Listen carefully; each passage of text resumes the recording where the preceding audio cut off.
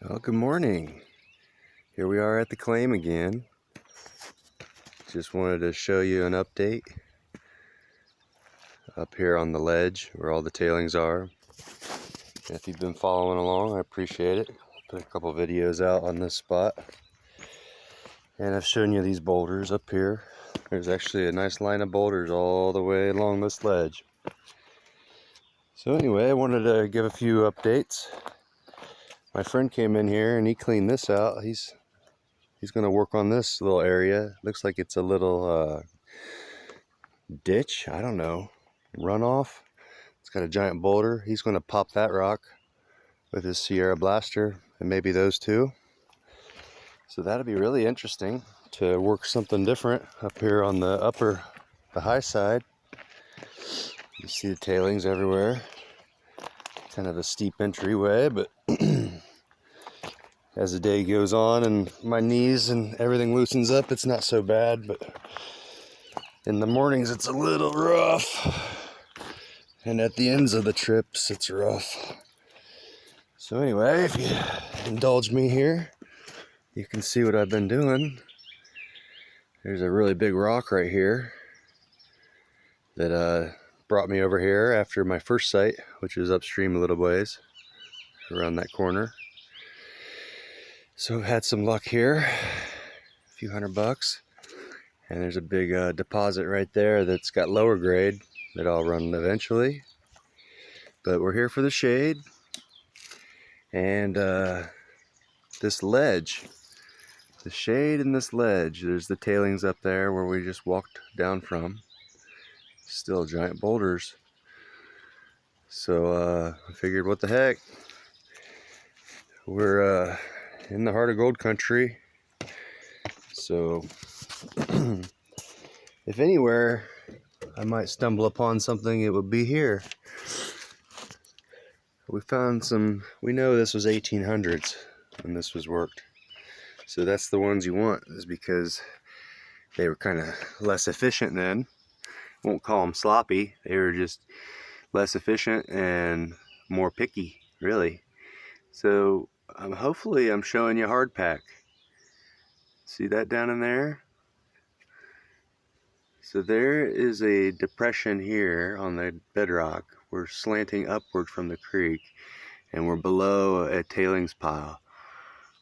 So I dug away all the slough, put a lot of hours into this, and I've gotten some gold out of this material. Not a tremendous amount, not enough to say, yes, this is virgin ground, but enough to continue to work it. We've got a ledge and overhang developing here. So I'm going to go ahead and work this lowest level down along here today before the sun hits. This stuff is really dense. It's not that it's hard like a rock, it's hard because it absorbs all the impact. This is where a sawzall with the blade would have helped, but mine's broken. So really, it's beautiful material. And I put my metal detector over it and it's a little more chirpy. So this is what you call a deposit, I believe. You know, I don't see this every time I dig. Usually it's just a thin layer of this stuff, and it's caused by resorting. So maybe, oh, look at that color difference right there. You see, it looks like a flag of gray to tan to red. It's beautiful. So this stuff, you can't just chuck it through a sluice box unclassified. No. We're doing a completely different system now, much more thorough. So let's back up out of here. And it's pretty dangerous. There's a lot of overhang here. But I was here mostly, I've been here for years, but I've seen this season, the wet season, and everything's been stable so far up there. And it's not an overhang up there, it's just right here. So I can deal with all this, and then we'll continue along the line. I'm just working the line on a known gold-bearing creek, big boulders, under tailings, in the flood line. Just trying to stack as many pros into the effort as possible.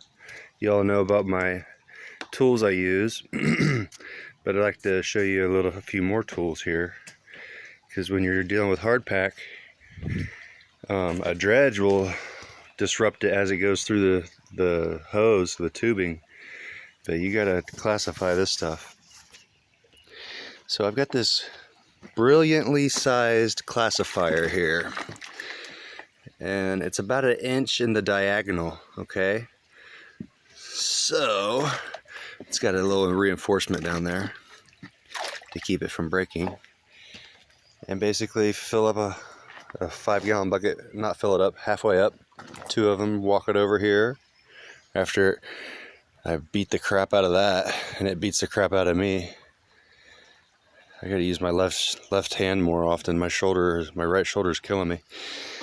So anyways, we get these buckets, these special buckets, hydraulic oil buckets, because everything else just falls apart.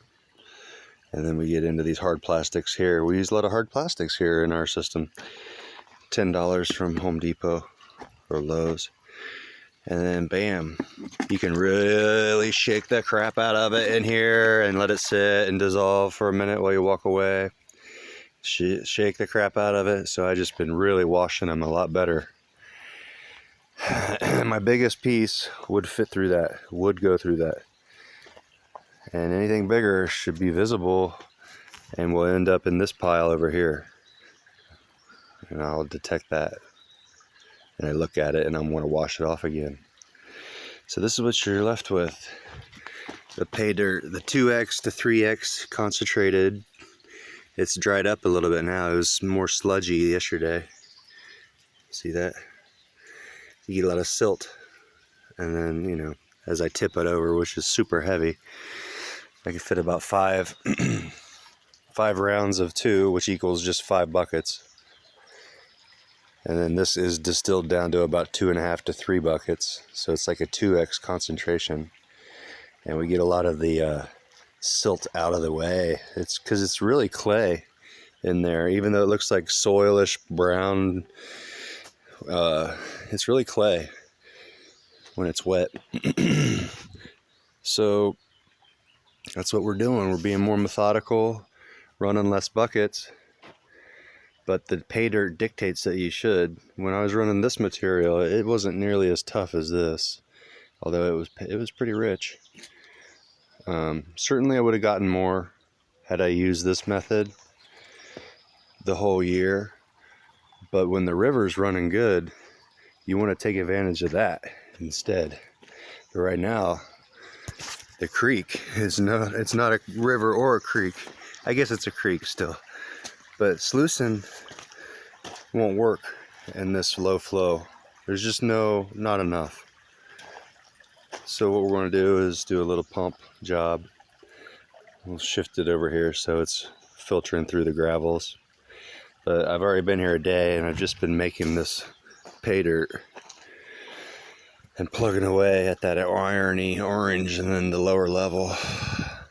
So this is my strategy for this year to survive, is to make some money while I'm still in the shade. Even though it's an easy place to get to and it's been pounded by a lot of people for a lot of years. As you can see here, this is the tightest spot in this claim. And this was probably, a fortune was probably taken out of this 100 and some years ago. It's beautiful. Of course I've detected it. And there's still gold in it, but not the kind of gold like there was. Big rock right there that could be yanked out and ran. So there's a lot of opportunities still here. The resorting that happens here will cause smaller deposits to be available. But as you can see, the trees were cut many years ago. And it's the same way all along that narrow strip. The trees have been clipped and someone came in. It's a very easy place to get to, what can I say? So I've developed my own methods. Learned them from other people. What I do is a combination of what I've learned from a lot of other people.